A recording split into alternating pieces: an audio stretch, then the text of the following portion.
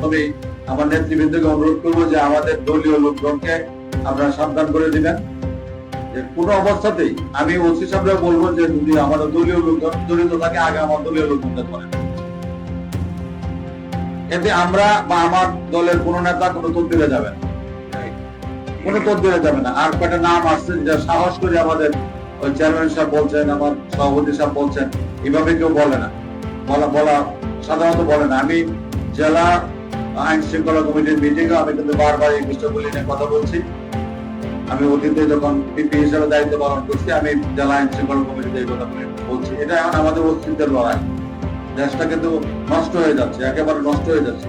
এবং শুধু সাধারণ মানুষ ক্ষতিগ্রস্ত এইরকম না, আমরা দেখতে পাচ্ছি যে আমাদের এই লেভেলটা আছে, যারা এই মিটিং এ আছি, এর মধ্যেই অনেকের সন্তান, অনেকের ছেলে, অনেকের ভাই বাচ্চারা এটা সব জড়ায় গেছে।